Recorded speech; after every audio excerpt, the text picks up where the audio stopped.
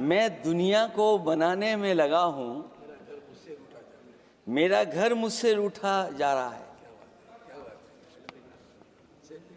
अध्यक्ष महोदय,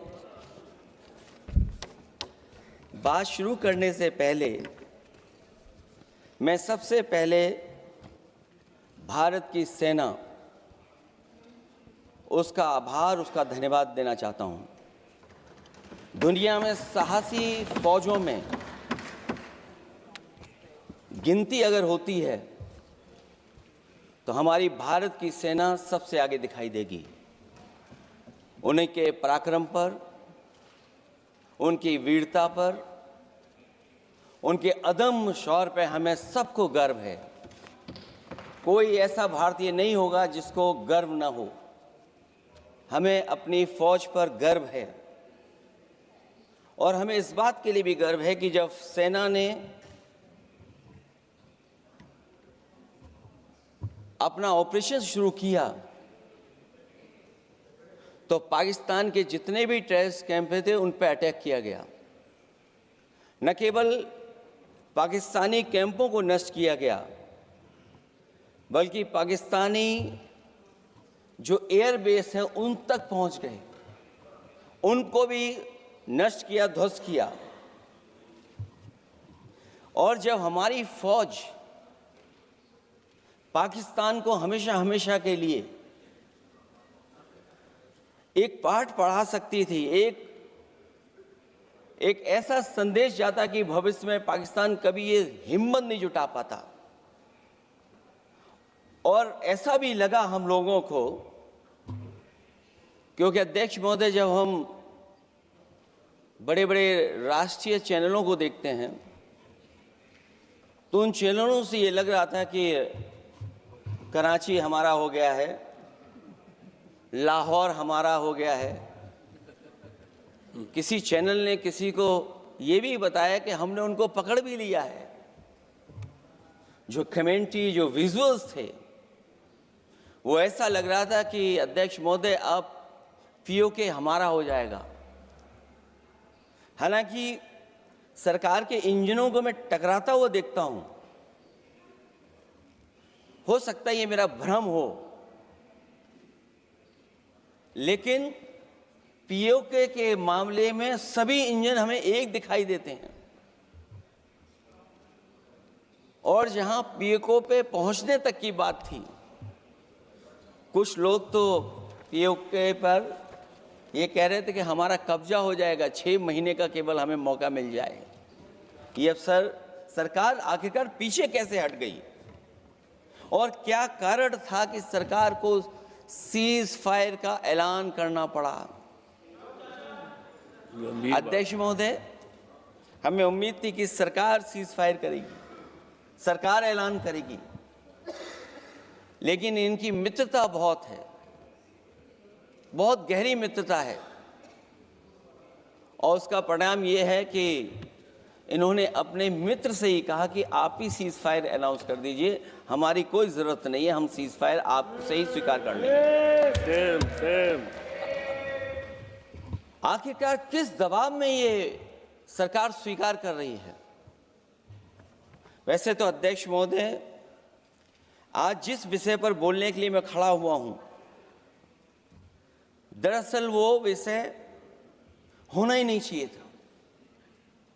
ये दुर्भाग्यपूर्ण है कि आज़ादी के इतने साल बाद भी ऐसे मुद्दे बने हुए हैं। ये बात अध्यक्ष महोदय पक्ष विपक्ष की नहीं है, देश की सुरक्षा की है, जनता के जीवन और रक्षा की है। हम सब मिलकर के कोई ऐसी नीति रणनीति बनाते क्यों नहीं है जिससे सीमाएं हमेशा हमेशा शांत रहें। लेकिन पहलगांव की घटना ने साबित कर दिया है कि लापरवाही देशवासियों की जान ले सकती है। और अभी जब मैं सुन रहा था और बहुत ही उत्तेजित भाषा में जब जवाब मिल रहा था, उत्तेजित भाषा इसीलिए बोल रहे हैं कि जनता सम्मोहित हो जाए, जनता स्वीकार करने लगे। लेकिन सच्चाई ये नहीं है। आप कितना भी उत्तेजित बोलें, देश की जनता समझ रही है। ये सही है कि जनता के इमोशंस का लाभ आप उठा रहे हैं शासन करने के लिए। जनता का इमोशन का लाभ उठाती है सरकार। मुझे याद है कि जिस दिन पहलगाम हमला हुआ, उस दिन वहां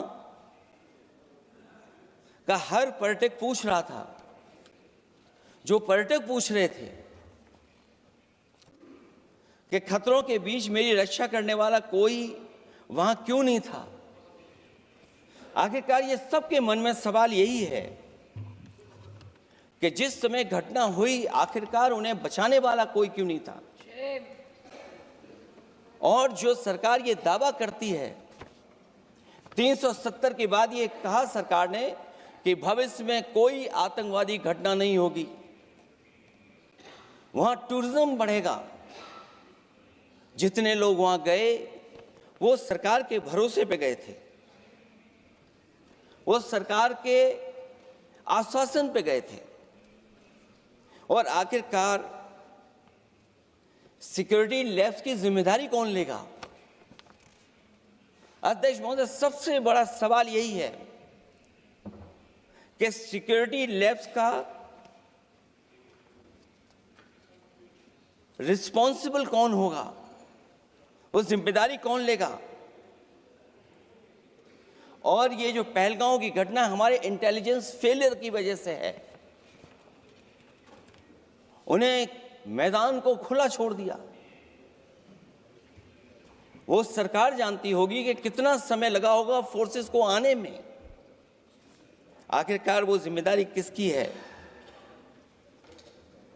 और फिर सरकार को ये जरूर बताना चाहिए कि सरकार क्या क्या कदम उठा रही है कि भविष्य में ऐसी घटना ना हो। क्योंकि पहलगांव से पहले पुलवामा भी हुई, और पुलवामा में भी यही बात रखी गई थी कि इंटेलिजेंस फेलियर है। उस समय भी किसकी जिम्मेदारी थी इंटेलिजेंस फेलियर की? किसी को नहीं पता। और अगर इंटेलिजेंस फेलियर पहले था तो पहलगांव में भी वही इंटेलिजेंस फेलियर हम लोगों को और पूरी देश की जनता जानती है आखिरकार जिम्मेदारी किसकी बनती है। जो लोग बड़ी बड़ी बातें कर करके चले गए, कम से कम देश के सामने एक सबसे महत्वपूर्ण सवाल, उसका जवाब सरकार की तरफ से आना चाहिए। क्योंकि हमारी सीमा पर जो सुरक्षा है, जो रक्षा करने वाले हमारे सेना के लोग हैं, वो हमारी सीमाएं सुरक्षित रखते हैं। लेकिन हमारे भारत का क्षेत्रफल क्या है? और सरकार को कम से कम ये जानकारी देनी चाहिए सदन को, देश की जनता को, कि जिस समय सरकार में ये भारतीय जनता पार्टी आई है और आज जब हम सदन में चर्चा कर रहे हैं तो हमारे भारत का क्षेत्रफल क्या है? कम से कम क्षेत्रफल पता होना चाहिए। क्योंकि जब हम सवाल पूछते हैं, और जो सवाल पर्यटक पूछ रहे थे कि कुछ ऐसे लोगों को सरकार की ओर से चारों तरफ से चाक चौबंद सुरक्षा घेरा क्यों दिया जाता है, वो जो बाद में ठग साबित होते हैं, जो हमारी रक्षा क्यों नहीं की गई? पहलगाम के दूसरे दिन की जिस तरह की राजनीतिक कार्टून, क्योंकि जिस तरह का लाभ लेना चाहते हैं भारतीय जनता पार्टी के लोग, हम सब ने देखा कि पहलगाम के दूसरे दिन ही जिस तरह का राजनीतिक कार्टून भाजपा के ऑफिशियल हैंडल से पब्लिश किया गया और हमारे द्वारा घोर आपत्ति किए जाने पर हटाया गया, उसने साबित कर दिया कि भाजपा के लोग भी जानते हैं कि दुख की इस घड़ी में उन्होंने देश की भावनाओं के साथ बेहद शर्मनाक खिलवाड़ किया है। भाजपा बताए कि ऐसे संवेदनहीन लोगों के खिलाफ उन्होंने क्या कार्रवाई की है। ये अति गंभीर प्रश्न है कि जिन्होंने अपनों को खोया है उन पर दबाव डालकर के बयान भले बदलवा दिए जाएं, लेकिन भाजपा याद रखें, बयान बदलवाने से सच नहीं बदल जाता है। पहलगांव के शहीद सैनिक की पत्नी द्वारा देश हित में शांति और सौहार्द की अपील करने पर उनसे जिस तरह का दुर्व्यवहार और उपशब्द कहे गए, उससे हर महिला और सच्चा देश प्रेमी बहुत दुखी है, आहत और शर्मिंदा हुआ है। ये सब जानते हैं कि किन लोगों की हरकत थी। इस संदर्भ में और परिप्रेक्ष्य में हमने महिला आयोग को पुरजोर अपील की थी कि वो नारी की गरिमा के विरुद्ध गलत बयानी करने वालों के खिलाफ केवल शाब्दिक औपचारिकताएं न निभाएं और बल्कि सही से कार्रवाई करें, लेकिन उस पर भी कुछ नहीं किया सरकार ने। पहलगाम की पीड़ित महिलाओं के बारे में कहे गए बयान के लिए निंदनीय शब्द से निंदनीय शब्द तक को आपत्ति होगी। नारी वंदन की जगह नारी का अपमान, निंदा और हर संभव शोषण उत्पीड़न करना ही भाजपा का असली चेहरा है, जो बेहद शर्मनाक है। पहलगांव में हुए आतंकवादी हमले के जवाब में एलजी साहब ने कहा कि वो इंटेलिजेंस फेलियर है, लेकिन यह नहीं बताया कि फेलियर क्यों हुआ है। अध्यक्ष महोदय, मैं उम्मीद करता हूं कि सरकार का ये जवाब जरूर आए कि फेलियर क्यों हुआ है। ऑपरेशन सिंदूर के नाम पर जो प्रचार किया गया वो भी निंदनीय है। सच तो यह है कि ऑपरेशन सिंदूर का होना ही सरकार की विफलता का प्रतीक है। इससे बड़ी विफलता सरकार की कोई नहीं हो सकती कि अध्यक्ष महोदय, हम और आप सब मिल करके बैठ करके सिंदूर ऑपरेशन पर बहस करें, चर्चा करें। ऑपरेशन सिंदूर के दौरान विदेशी लोगों ने दावा किया कि उन्होंने उसे रुकवाया है। ये बात कई बार माननीय सदस्यों की तरफ से आई है कि आखिरकार किसने रुकवाया। हमसे हमारी संप्रभुता खंडित हुई है। संप्रभुता ही स्वतंत्रता की सुनिश्चित करती है। इधर आज़ादी के अमृतकाल का ढिंढोरा पीटा जा रहा है, उधर हमारी इंटीग्रिटी को चुनौती दी जा रही है। देश की विदेश नीति पूरी तरह फेल है। ऑपरेशन सिंदूर और पहलगांव की घटना पर दुनिया के किसी भी देश ने हमारा साथ नहीं दिया। ये हमारी विदेश नीति का संकट काल है। हमारे पड़ोसी देश या तो अतिक्रमण कर रहे हैं या हमारे साथ नहीं खड़े हैं। और अध्यक्ष महोदय, जो हमारे मंत्री जी हैं, जिनका क्षेत्र बिल्कुल सीमा पर है, उनसे बेहतर कोई नहीं जानता होगा कि आखिरकार पड़ोसी देश कितना हमारी सीमाओं पर अतिक्रमण कर रहा है। गंभीर नहीं है। समाजवादियों ने हमेशा देश की सरकारों को चिताया है कि असली चुनौती और प्रतिद्वंद्विता किस देश से है, कौन पूर्वोत्तर की सीमाओं में इंक्रोचमेंट कर रहा है। सरकार को ऐसे मामलों में साहस और समझदारी से काम लेना होगा। सीमाओं से समझौता नहीं करना चाहिए। आज सरहदों के साथ देश के कारोबार को भी चुनौती मिल रही है। सरकार को आगे बढ़कर के उसका समाधान करना है, 2 कदम पीछे करने नहीं है। अध्यक्ष महोदय, जो हम लोगों को सुनने में मिलता है, ये सरकार जवाब दे कि आखिरकार जो पाकिस्तान है उसके पीछे कौन सा देश खड़ा है। आखिरकार हमें चीन से उतना ही खतरा है जितना हमारे देश में आतंकवाद से खतरा है। सरकार की जो नीतियां हैं, सरकार के जो फैसले हैं, वो कहीं ना कहीं ऐसे हैं जो हमारा सीमाओं का अतिक्रमण कर रहा है उसी की व्यापारिक गतिविधियों में मदद करने का काम करते हैं। सरकार को अपनी आर्थिक नीतियों के लिए गंभीरता से पुनर्विचार करना होगा। हमारा व्यापार कारोबार मजबूत होगा तो कोई हमें चुनौती नहीं दे पाएगा। बात केवल $1 ट्रिलियन की नहीं बल्कि देश की सुरक्षा और आत्मनिर्भरता की होनी चाहिए। एक तरफ स्वदेशी की नीति को इस प्रकार सरकार ने ताक पर फ्री ट्रेड की बात की है, तो दूसरी तरफ मैन्युफैक्चरिंग की जगह देश को ट्रेडर कंट्री बनाकर छोड़ दिया है। यही देश के बेरोजगारी की वजह भी है। ट्रेडर्स की मुनाफाखोरी और चंदा वसूली की वजह से महंगाई बढ़ रही है। आर्थिक मामलों में ये सरकार पूरी तरह फेल हो चुकी है। भ्रष्टाचार के कारण हर जगह सड़कें और पुल ध्वस्त हो रहे हैं, टंकियां गिर रही हैं और करप्शन जगह जगह लीक होकर के टपक रहा है। मैं ये ज़रूर कहना चाहूँगा इस समय पर कि कुल मिलाकर सरकार को अपनी राजनीतिक, आर्थिक और सामाजिक नीतियों के लिए एफआईआर जरूर करना चाहिए। सरकार को अपनी राजनीतिक, आर्थिक और सामाजिक नीतियों के लिए एफआईआर लाने की ज़रूरत है। वो हर बार ये कहकर नहीं बच सकती कि चूक हुई है, क्योंकि हर बार सरकार ये कोशिश करती है कि इन घटनाओं से बच जाएं हम, केवल चूक कहकर करके। केवल हमारी सीमाएं जो पाकिस्तान से जुड़ी हैं, वहाँ तो आतंकवाद का हमेशा खतरा ही रहता है, लेकिन जो दूसरी सीमाएं हमारे देश की जुड़ी हुई हैं, उनसे भी हमारे देश को लगातार खतरा बढ़ता चला रहा है।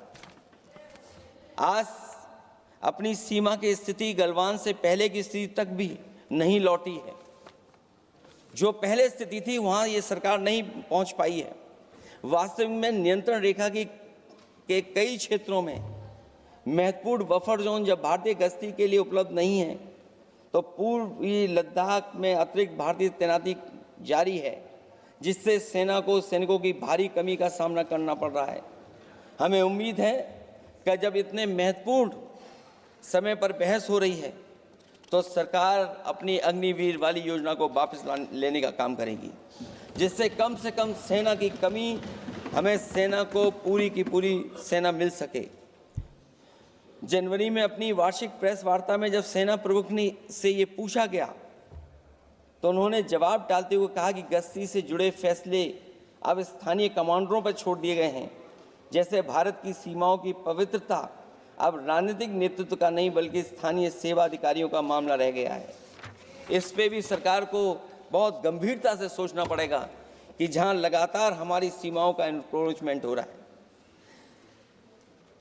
चीन ने भारतीय वाहन निर्माताओं के लिए आवश्यक दुर्लभ खनिजों की आपूर्ति रोक दी है। सुना है कि बुलेट ट्रेन प्रोजेक्ट के लिए सुरंग खोदने वाली मशीनें, डीएपी जैसे उर्वरक और यहाँ तक कि कई बड़ी कंपनियों की रणनीति के तहत उनकी सप्लाई रोकने का काम किया है। जहां हम एक तरफ आत्मनिर्भर का नारा दे रहे हैं, वहीं हम किस पर निर्भर होते चले जा रहे हैं, ये भी विचार करने का सवाल है। सुनने में आ रहा है कि कुछ महीनों के बाद सरकार बीजिंग में मंत्री अधिकारी सब मिलकर के कोई बहुत बड़ी मीटिंग होने जा रही है। कहीं ऐसा तो नहीं है जो कूटनीतिक भागदौड़ चल रही है, कहीं कोई हमारी कमजोरी तो नहीं उजागर कर रही है। इसलिए जहां हमें पाकिस्तान से खतरा है, उसकी सीमाओं से हमारा आतंकवाद आ रहा है, वहीं जो उसके पीछे खड़ा हुआ देश चीन, उससे भी हमें सावधान रहना पड़ेगा। और अध्यक्ष महोदय, हम सब समाजवादियों ने कई मौकों पर ये बात रखी और कही कि हमारा खतरा पाकिस्तान से नहीं है, हमारा खतरा है चीन से। न केवल वो हमारी ज़मीन छीन रहा है समय समय पर, बल्कि हमारे बाजार को भी छीनने का काम कर रहा है। इस सरकार को कहीं न कहीं आतंकवाद को और पाकिस्तान को लगाम लगाने के लिए 10 या 15 साल का ऐसा फैसला लेना चाहिए जिससे कि वहां से हमारा कारोबार कम होता चला जाए। और अगर हमारा देश महोदय कारोबार कम नहीं होगा तो हम अपने देश को आत्मनिर्भर भी नहीं बना पाएंगे। ये जो आत्मनिर्भर का नारा है, कहीं ऐसा तो नहीं ये नारा कुछ व्यापारियों को लाभ पहुंचाने के लिए हो रहा हो? क्या व्यापार और राजनीति का संबंध ऐसा हो सकता है कि दोनों एक दूसरे का लाभ उठाएं? और याद रखें कि अगर हमें पाकिस्तान से खतरा है तो चीन राक्षस है, वो हमारी जमीन और हमारी बाजार दोनों छीन लेगा। मैं अंत में अपनी बात खत्म करने से पहले मैं कुछ सुझाव देना चाहता हूं। और मुझे याद है जब पिछली बार चीन से सवाल खड़ा हुआ था, ये सरकार पता नहीं कैसा फैसला लेती है। और मैं अभी विदेश मंत्री जी को जब सुन रहा था तो विदेश मंत्री जी ये कह रहे थे कि जो इंफ्रास्ट्रक्चर बन रहा है वो हमारा बहुत अच्छा इंफ्रास्ट्रक्चर बन रहा है। हम पुल अच्छे बना रहे हैं, हम सड़कें अच्छी बना रहे हैं, हम ब्रिजेस अच्छे बना रहे हैं। क्या ये सच्चाई है कि जिस तरह का चीन अपने सीमा पर इंफ्रास्ट्रक्चर बना रहा है, क्या उससे बेहतर इंफ्रास्ट्रक्चर हमारा बन रहा है? इसका जवाब जरूर सरकार दे। वहीं जहां हमारे डिफेंस को स्ट्रेंथन जितना हम करेंगे उतनी हमारी नेशनल सिक्योरिटी स्ट्रेंथन होगी। ये जो बजट लगातार कम होता चला जा रहा है, इस बजट को बढ़ाना चाहिए और कम से कम जीडीपी का 3% बजट डिफेंस का होना चाहिए। और जो बजट डिफेंस का हो वो नॉन लैप्सेबल हो, मॉडर्नाइजेशन के लिए फंड हो जिससे कि लैप्स ना करे और हमारी रिसर्च एंड डेवलपमेंट लगातार चलता रहे। जो हमें कई बार आश्वासन मिलता है कि टेक्नोलॉजी ट्रांसफ़र भी हो जाएगा, आखिरकार टेक्नोलॉजी ट्रांसफ़र के लिए हमें वर्षों क्यों इंतज़ार करना पड़ता है? आखिरकार इसका जिम्मेदारी कौन लेगा? जो डिफेंस प्रोक्योरमेंट है हमारा, वो डिफेंस प्रोक्योरमेंट आखिरकार क्यों नहीं होता है? जहां सरकार समय समय पर डिफेंस एक्सपो के नाम पर न केवल भारत बल्कि दुनिया से ये कहती है कि हमारे यहाँ इन्वेस्टमेंट करें। आखिरकार डिफेंस एक्सपो के इन्वेस्टमेंट के कार्यक्रम के बाद कितना डिफेंस सेक्टर में इन्वेस्टमेंट आया है?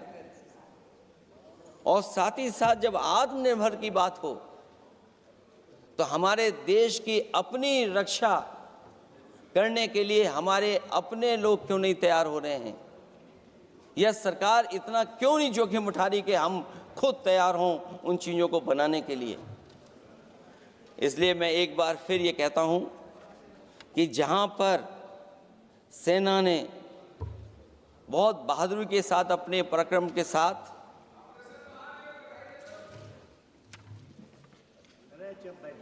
पराक्रम, वीरता और अदम्य शौर्य की जो उन्होंने परिचय दिया, उसके लिए फौज को मैं बधाई देता हूं। लेकिन अभी जब मैं सुन रहा था, ये जो अभी आतंकवादी मारे गए हैं, आतंकवादी मारे जाते हैं, हम सब पक्ष में हैं, लेकिन हर जगह राजनीतिक लाभ आखिरकार कौन उठा रहा है? क्योंकि मैं अपनी बात खत्म कर रहा था, अध्यक्ष महोदय ये पूछ रहे हैं कि आज महादेव ऑपरेशन पे मैं धन्यवाद क्यों नहीं दे रहा हूं। अध्यक्ष महोदय, जिस समय समर्थन की बात आई, पूरे देश के जितने भी राजनीतिक दल हैं वो आपके साथ थे। आखिरकार इनकाउंटर कल ही क्यों हुआ?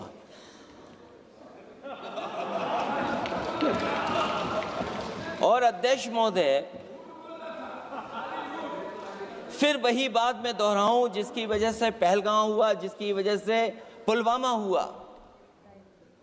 अगर ये इतना ही टेक्नोलॉजी और इन सब चीज़ों को समझते हैं और जानते हैं, इतना ही टेक्नोलॉजी और इन चीज़ों को सब समझते हैं, तो आखिरकार अध्यक्ष महोदय पुलवामा में जो गाड़ी में RDX आया,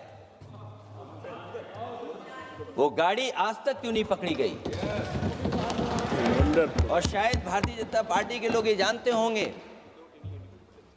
कि बहुत सारे विभाग सरकार के होते हैं, सैटेलाइट इमेजेस देते हैं। अगर आज भी भारतीय जनता पार्टी चाहे तो पुलवामा में जो गाड़ी आई है, सैटेलाइट इमेजेस से वो पता कर सकती है कि वो किस रास्ते से वो गाड़ी आई थी। आप हिम्मत क्यों नहीं जुटा पा रहे हैं उसके लिए? और फिर पहलगांव में किसी भी दल ने आपके साथ किसी तरह की राजनीतिक बातचीत नहीं की, लेकिन राजनीतिक लाभ आपने कांग्रेस पार्टी से भी उठाने की कोशिश की, हमारे से भी उठाने की कोशिश की। अगर डेलीगेशन भेजना ही था आपको तो पॉलिटिकल पार्टीज तय करती हैं, आप नहीं तय कर सकते। ये राजनीति कौन कर रहा है? और फिर अध्यक्ष महोदय, राजनीति करने वाले वो लोग जो अपने चुनावी भाषण में कह रहे थे कि POK हम 6 महीने में ले लेंगे, हम अक्साई चिन्ह ले लेंगे। इसीलिए मैंने सवाल पूछा अध्यक्ष महोदय सरकार से कि जिस समय सरकार में भारतीय जनता पार्टी आई, उस समय भारत का क्षेत्रफल क्या था और भारत का क्षेत्रफल आज क्या है? क्या 5 फिंगर्स, पेंगोंग लेक, गलवान घाटी, रजांगला, उसका जवाब किसके पास है? सरकार के पास है क्या कि नहीं है? और मैं आज अध्यक्ष महोदय कहता हूं, हम वॉर के खिलाफ हैं, हम वॉर नहीं चाहते हैं, लेकिन सीमा पर शांति रहे, हमारा कोई इंक्रोचमेंट नहीं करे। झगड़ा मैं आज भी कहता हूं, ये लड़ाई आपको, जो लड़ाई हुई है वो पाकिस्तान से आप नहीं लड़े हैं। अध्यक्ष महोदय, आप कितना भी छिपना चाहोगे, छिपाना चाहोगे, कोई भी स्वीकार नहीं करेगा। ये जो लड़ाई लड़ी गई है, ये आपको चीन से लड़नी पड़ी थी। और जो समय आप बताते हैं कि इस समय से इस समय तक हमारी एयरफोर्स और हमारे लोगों ने हमला किया, टेररिस्ट लोगों के तमाम सेंटर्स को ख़त्म किया है, तो हमारे मन में भी एक इच्छा आती है कि हमारे सबसे बेहतरीन एयरक्राफ्ट जो नींबू और मिर्च लगा करके जिनकी पूजा की गई थी, वो कितने उड़े थे? हम और सवाल नहीं पूछना चाहते हैं हम आपसे, मैं केवल इतना पूछना चाहता हूं कि जिन एयरक्राफ्टों को नींबू और मिर्च लगाकर के पूजा की गई थी, वो एयरक्राफ्ट कितने उड़े थे? हमें अपनी पूरी एयरफोर्स पे गर्व है। इतने बेहतरीन पायलट किसी के पास नहीं है जितने बेहतरीन पायलट हमारे पास हैं। और हम समाजवादी वो लोग हैं जिन्होंने ऐसा इंफ्रास्ट्रक्चर सड़कों का बनाया था कि अगर कभी इमरजेंसी हो तो आपका एयरक्राफ्ट वहां पर उतर जाएगा। और देश में पहली बार सुकोई, मिराज और हरकुलस अगर किसी ने सड़क पर उतारे थे तो वो समाजवादी पार्टी और हम लोगों ने सड़क पर उतारने का काम किया था। सही बात। और दूसरा, देश महोदय, मैं और जानकारी देना चाहता हूं, आपके देश के प्रधानमंत्री जी जिस हमारे देश के नहीं, हमारे भी प्रधानमंत्री हैं, हमारे हैं बात खत्म हो रहा है। अध्यक्ष महोदय, मैं फिर बोलता हूं। अध्यक्ष महोदय, मैं तो आपको बहुत अच्छा मान रहा था कि आप ही मुझे बुलवा के गए थे। मैं फिर बोलता हूं, देखिए प्रधानमंत्री जी की लाइनें हैं ये वाली, मैं दुनिया को मनाने में लगा हूं, मेरा घर मुझसे रूठा जा रहा है। आखिरकार कौन रूठा हुआ है इस देश में? जो हमने देखा इतने दिनों में, प्रधानमंत्री जी डिफेंस मिनिस्टर का भी रोल प्ले कर रहे थे। इसलिए जिस सड़क पर हमारे देश के प्रधानमंत्री जी हरकुलिस विमान से उतरे थे, वो हाईवे किसी ने डिजाइन किया था तो समाजवादी लोगों ने डिजाइन किया था। यूपी में तो डिजाइन हो गया एक और, लेकिन देश में क्यों नहीं ऐसी सड़कें बन रही जहां पर इमरजेंसी के समय पर एयरफोर्स इसको इस्तेमाल कर सके?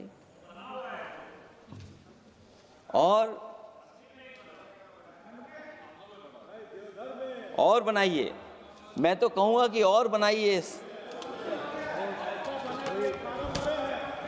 और बनाइए, मैं तो कह रहा हूं।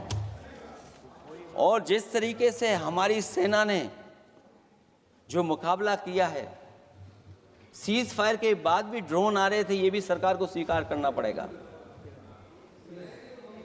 आखिरकार सवाल ये है हमारा कि सीज फायर किसके दबाव में किया है और सीज फायर क्यों किया जब हमारी फौज पीओके को भी ले लेती और पाकिस्तान के भी।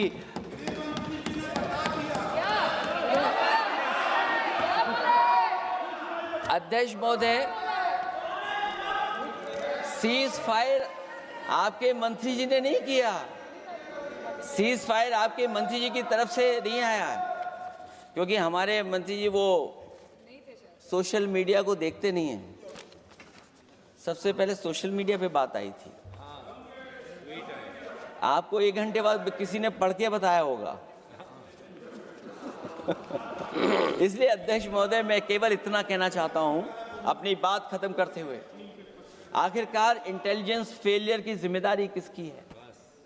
हमारे भारत का क्षेत्रफल कितना 2014 में था और आज क्षेत्रफल क्या है?